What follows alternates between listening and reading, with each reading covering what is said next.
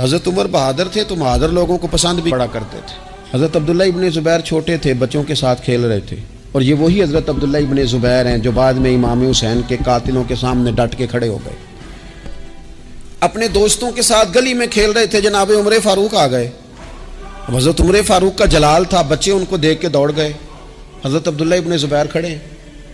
حضرت عمر قریب آئے، کہنے لگے پتر آپ کیوں نہیں دوڑے؟ حضرت عبداللہ ابن زبیر چھوٹے سے ہیں، کہنے لگے جی کیوں میں دوڑتا، میں نے کوئی جرم کیا ہے، تو میں نے غلطی کی ہے، بھلا کیوں دوڑوں؟ آرام سے کھیل رہے ہیں، اور نہ ہم نے کوئی رستہ بند کیا، جگہ ہے، آپ نے گزرنا تو گزر جائیں۔ چاہیے تھا نا حضرت عمر ناراض ہوتے، پر جناب عمر نے ماتھا چوم لیا۔ کہنے لگے کیا بات ہے بیٹا، ان چیزوں پر ذرا قائم رہنا۔ کہنے لگے جرم کی ہے، کیا مطلب ہے اس بات کا کہ فلانا ہے تو دوڑ جائے، کیوں دوڑیں جی؟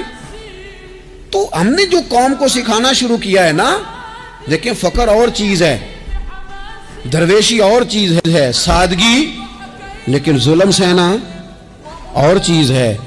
دنیا میں قتیل اس سا منافق نہیں کوئی جو ظلم تو سہتا ہے بغاوت نہیں کرتا۔ اپنی زندگی میں عزم کو، ہمت کو، نظریے کو بلند کریں، مظلومانہ مزاج نہ پیدا کریں۔